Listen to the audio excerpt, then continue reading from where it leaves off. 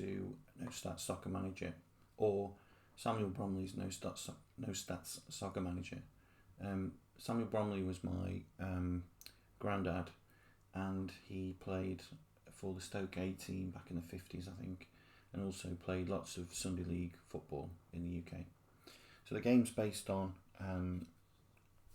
amateur teams, pub teams in Stoke-on-Trent, and essentially it's a 4-division league where you have to try and get yourself to the obviously top of the league and win as many trophies as you can over the years.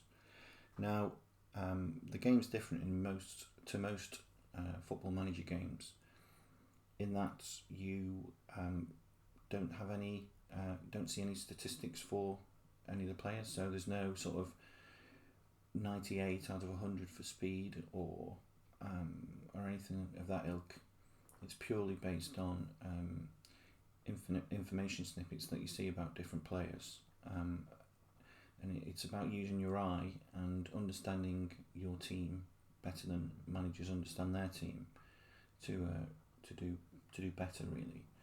And it's based on amateur football, so there's no monetary transfers, just trading. So you can trade a defender for a defender, or a midfielder for a midfielder in another team. And then it's got a kind of pub game element to it as well. That if you play the optional pub games, you can improve various aspects of your team. So you would put in your details for the manager's name, or you can load a game that's already been played before, and then start off. You can pick any one of the teams. Now, if you're testing out Redline or the best team in a game, and you can see that from reading things here. And very important part of the whole game is squad chemistry. Squad chemistry can have a decent sort of 10%ish plus boost to performances. So you can have a team with lesser skills than another, but if they have a really good squad chemistry, then they can gel together, perform better, and beat higher skill teams. And the worst team in the game is Prince of Wales. They also have no squad chemistry. This is if you just want to test things out, but essentially pick any team that you like. So let's go with Traveller's Rest. Average squad chemistry, strong goalkeepers, midfield decent. So if we click OK. Now here's the dashboard. You can also see this red box appearing here, and this is a sort of mini tutorial for the game, and it disappears after the second week, so it's purely just as you're getting used to the game, it just gives you little bits of tips. And this dashboard is pretty much set like how Championship Manager was in the early days, in the early 90s, just because that's the interface I'm most fond of, and I know that many people still play and like this interface today, so they still play Championship Manager today, but with updated information. Instructions are there, and everybody really should read these. Now, they're being overhauled at the moment, but essentially just very simple interface to help you to understand which parts of the game you should be understanding better.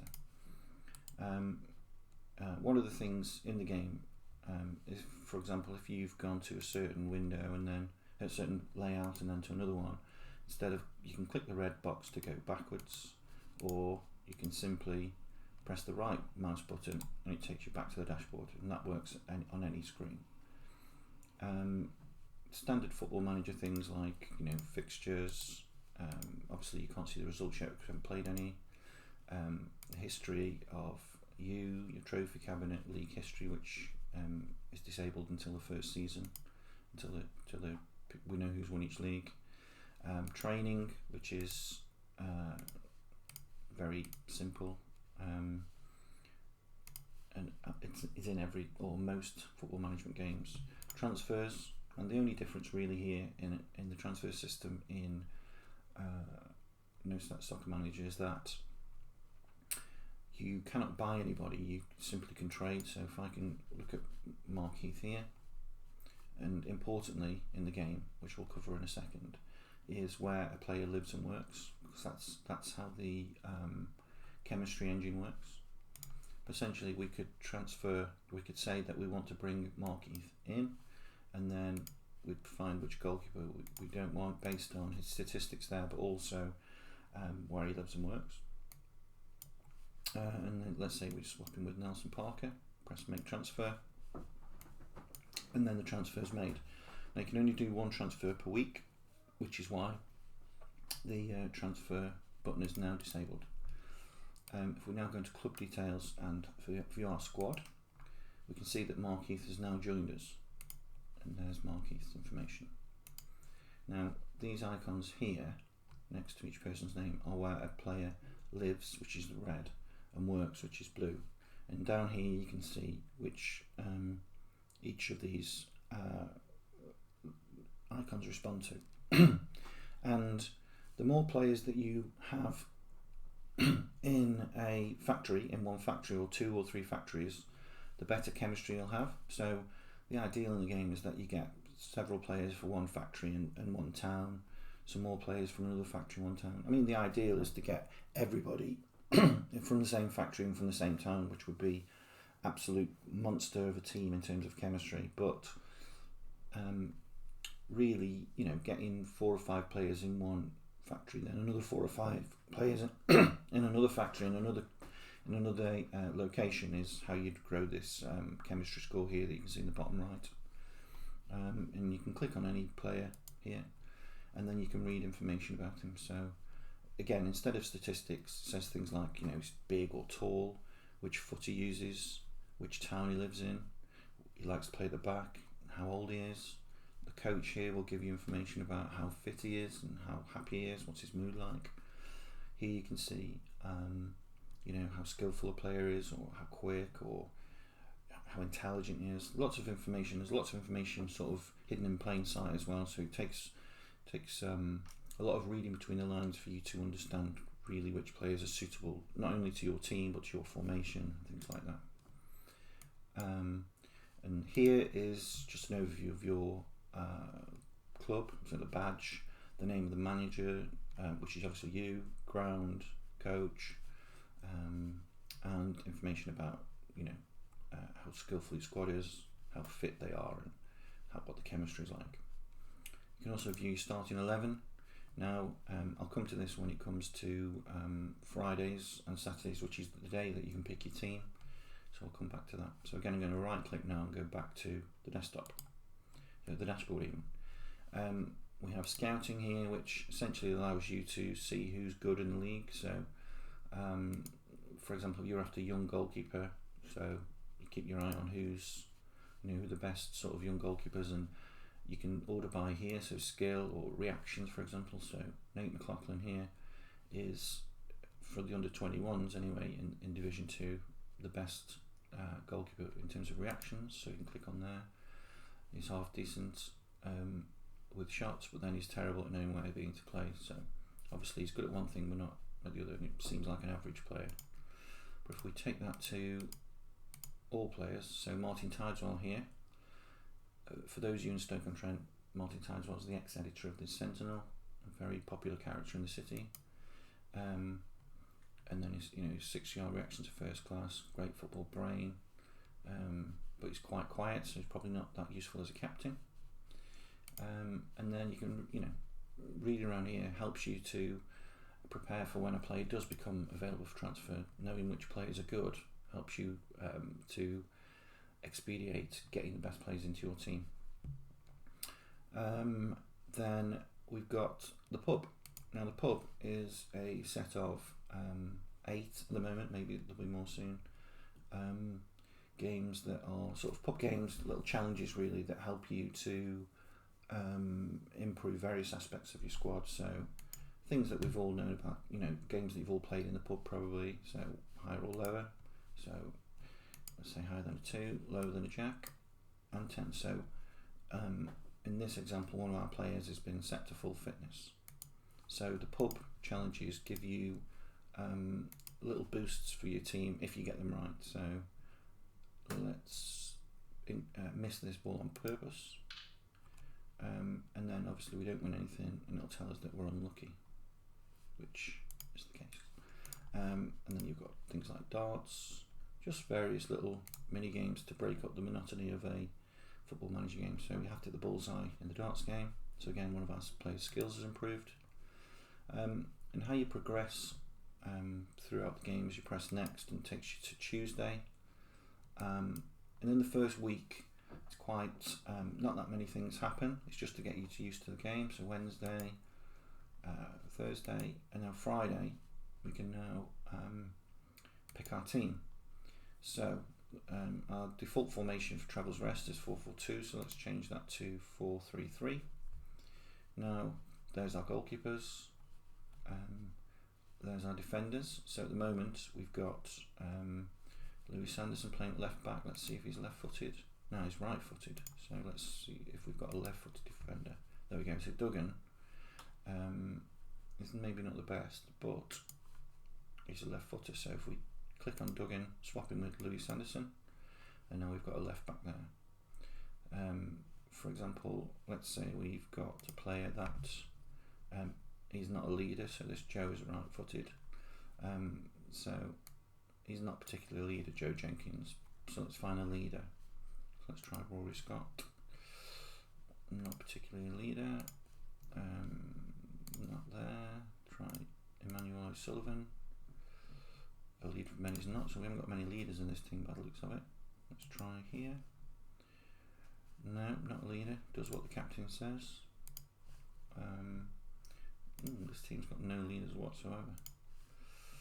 But not very vocal. Let's try Markeith. In reality, Markeith was a very good leader. He's a real player that I used to play with back in the day. But he's quiet as a mouse in this game. Let's try Louis Sanderson. Right, he leads his fellow Travellers Rest lads on the pitch. So Louis Sanderson there.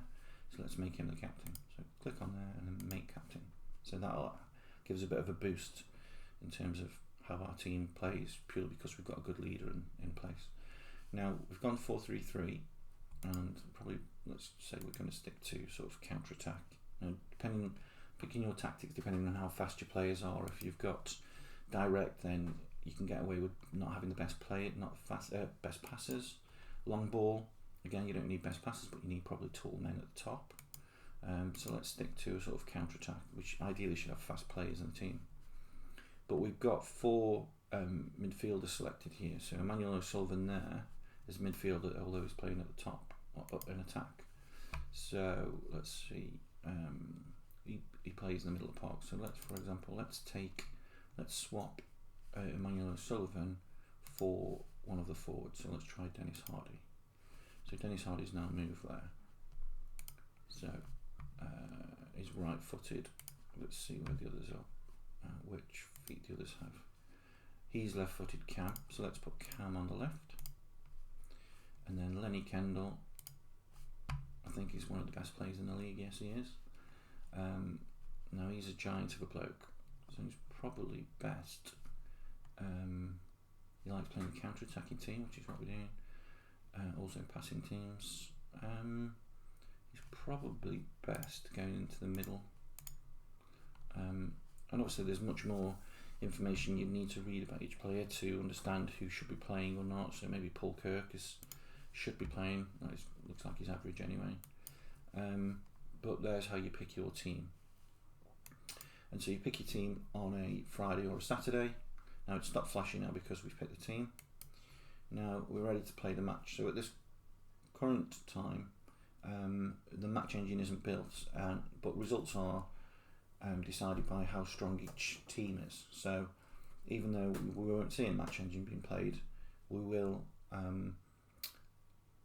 The score will be generated by the strength of each team.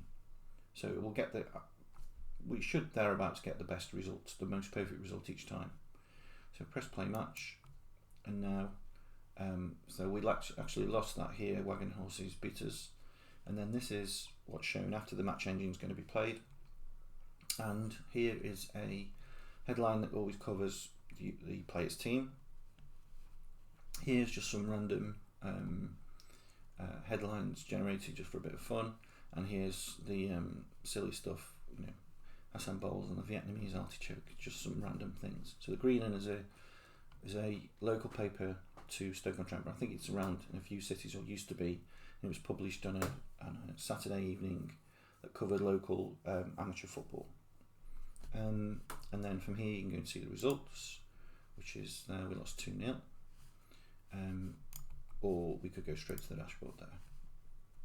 Now, in week 2 and onwards, we should now start getting questions about our players, and this is an aspect of the game so that you understand your players well. So the better you understand your players, the more skill points you accrue to improve your chances of winning. So essentially, the better a manager, the more knowledgeable you are, like in real life, the better decisions you're going to make with your team. Also, as well, if you notice here, all the latest news here about players being traded, or some silly things as well, is updated every week. So we press next now, go to Tuesday. Now, one of these days might take us to either a question, or sometimes we have a negotiation with a player who might not be, might be unavailable for the next week's game. So let's try. And this week we've had none, but obviously within this week would have been picking the team and maybe doing a transfer and things like that. But if we go to play match again, now we've lost again to Duke of York, and as you can see, Graham Bly, who's actually the author of one of my favourite football manager games, Super League Manager, which this game is sort of based on, is also a player in the game, just randomly shown there. So I'm just going to press next a few times now to show you either a negotiation screen or a quiz screen that it's going to appear around once a week in the game. Pub challenge time. So again, these are optional. You can choose to play or say nah. It's purely optional, and if you fancy a bit of a break from the text heavy things, then it gives something to have a go at. So let's play. So this is a simple Wheel of Fortune, and essentially if you get an orange, then your team morale improves, or team fitness improves for the next game. But that didn't happen, so I'm just going to skip through again. There we go. Now, Rose and Crown, where are they from? Now, the idea is that if you know more about the teams and players that you have at your disposal, then again, you're going to be a better manager in theory. Now, I think Rose and Crown are from Blurton, yeah. And so, even though it doesn't say there, you'll have a tiny few points added to your skill score. And again, got to the end of the week, we would be picking a team here, looking at the tables. We're dead bottom, obviously. We lost 2 games. And again, we've won 2-1 against Miners Arms. And then Tim Alcock has tap dancing. If you knew Tim Alcock, he's actually 6'7" and about 22 stone, so that's actually quite a funny thing to see from my perspective.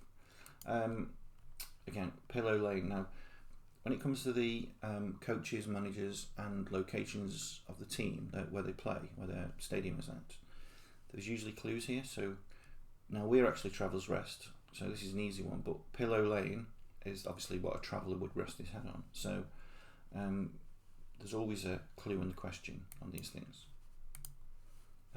So if we now just skip through again, I'm just trying to get to see a negotiation. So we've lost again. We'll skip this pub challenge. Green Dragon, I think, are from Longton. Yep. And you can see these things, by the way.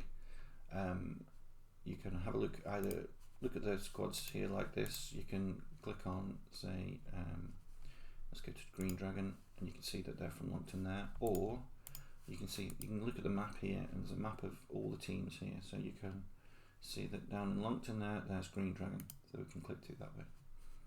So this is the actual map of Stoke-on-Trent. So I'm trying to just skip forward a few games now. Now, you wouldn't normally skip through this quickly, but this is because A, there's no match engine, and B, I'm just trying to show you a negotiation screen, which props up once every 4 to 6 weeks. So which is why we've not seen it so far. It's just obviously randomised about when comes. So Katie Clare's one of our players. We should really know, so we should have been looking at our players, where they're from. I guess wrong on this occasion. We won 4-1 here. So sometimes you're also prompted with this great run of the weekend, so you would answer in a particular way. So it was a well-earned victory. And there we go. Here's a negotiation screen. So Dennis Hardy, one of our players, is going to visit his mum at the weekend. So how we decide things in the universe of No Stats Soccer Manager is rock, scissors, paper. So there's Dennis Hardy, there's us, and we decide which we want to choose. So let's try rock. So we chose rock, he chose scissors, and that means we won the argument and he's now available to play. If we'd have lost, then he would have been unavailable for the next game. And if we'd have drawn, we'd have replayed until one of us became the winner. And then the final thing to show is the inbox. The coach messages are highlighted in yellow. Now we haven't set training this week, so that means we would have had a dampener on our scores because obviously we didn't take it seriously enough. And then random messages from fans, which when the game's complete, the messages will sort of mirror how well you're doing at that particular time in the league. So you wouldn't get messages calling for your head if you were in the top 3, for example. And there you go. So that at the moment is where we've got to with one final thing, career history. This shows you every game that you've won or drew or lost, and also any transfers that you've made. So this is where we've got to so far in the game, and still got about another 30% to go, building the match engine and filling out some of the minor details and little bugs and things like that. But there's a sort of a good overview of No Stats Soccer Manager, and the idea is that it'll be produced on Steam sometime in 2023. Thank you very much for watching.